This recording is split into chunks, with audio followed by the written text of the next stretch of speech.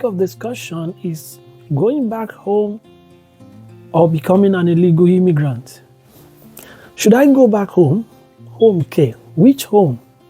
Go back to where or what exactly? Where do I begin from? No more house? No more jobs? What will I tell people even? What will people think of me? A failure or a coward?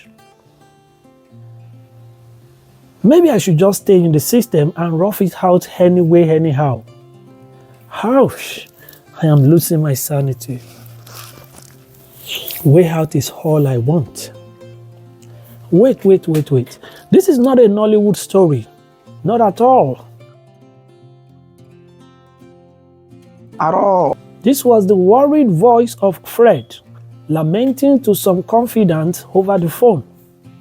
Fred has been worried and disturbed lately, always moody and unhappy. Rabi, another housemate, had locked herself up in the bathroom last night, sobbing and talking to herself. A problem? She was wondering what would be her next choice of action. Truth is, this is the true life story of many uncountable immigrants who got into the UK in 2022 with Japada syndrome. Sit back. As the majority of these students got settled into their various assignments in their new country, realities of the Western world lifestyle began to hit. Fred and Rabi soon realized that they needed to study hard to come out in flying colors, at least to justify a huge sum of £15,000 they had each paid as tuitions. Same way, they needed to strategize towards clinging onto the new visa route in town, so they could have an additional 5-year stay. Let's play back this tape for some context. Sometimes late 2021, the UK immigration authorities had announced that come April 2022, a new level of visa will be introduced.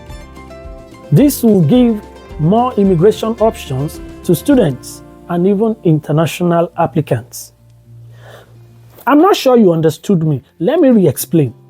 Many students knew that after their studies, there is little or nothing else to do than to go back home, all right? But with this new visa route, they could extend their stay with at least 5 more years and then figure out their way afterwards, okay? This news went viral on many platforms of social media, even as multitudes of content creators sprang up left, right, and center with only one mandate. Massive recruitment in the UK, sponsorship visa in Manchester, apply for your Tier 2 visa in the UK, come to UK with work visa, UK here, UK there. Like the popular Lagos conductor screaming Obalinde, Obalinde, every online platform was screaming UK, UK, UK, UK, UK loading, UK bus loading. These adverts, paid and unpaid, went on for so long, it was excessive. How many people could still remember? Let's go. By the end of 2022, over 758,000 students had been in the UK for different levels of studies. By 2023, however, the number had surged to well over 1 million students. Students had besieged the UK from China, India, Ghana, Nigeria, and so on and so forth. Don't get me wrong. Is this a crime? Is there a crime in this? I don't think so. The UK has always been a top-rated study destination in many Anglophone countries over the years. Anyway, back to the story. Do you still remember Fred and Rabi? Let's go. Fred and Rabi had got into the UK through the January and February admissions of 2022, following the massive number that flooded the UK at the time, as said earlier. Their student visas would have expired by April or May 2023.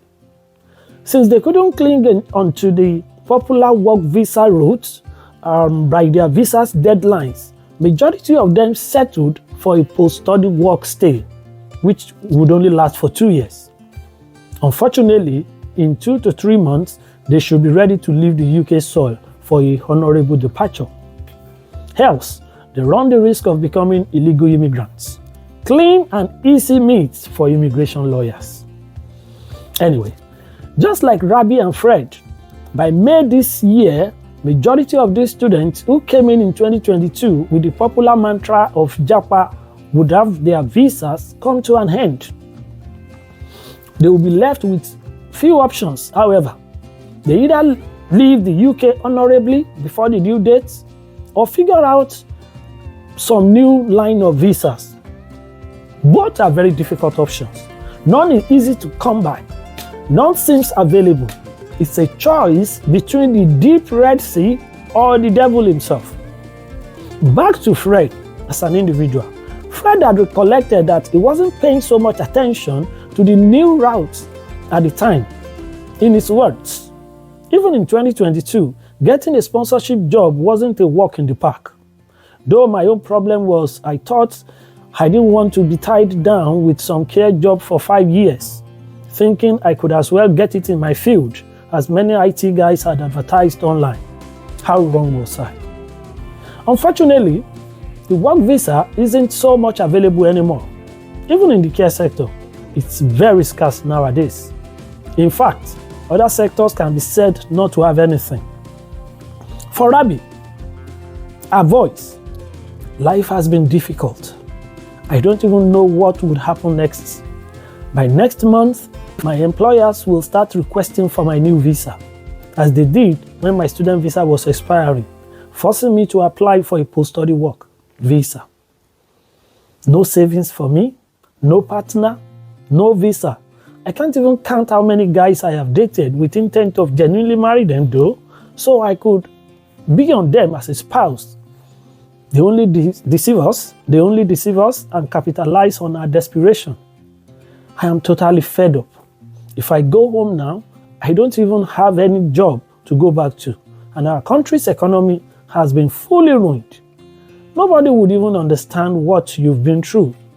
These days, I weep anytime I remember the popular Adekunle Gold song, "If I had known the life I was looking for." But if I had known the life I was searching for is looking me right in the eye.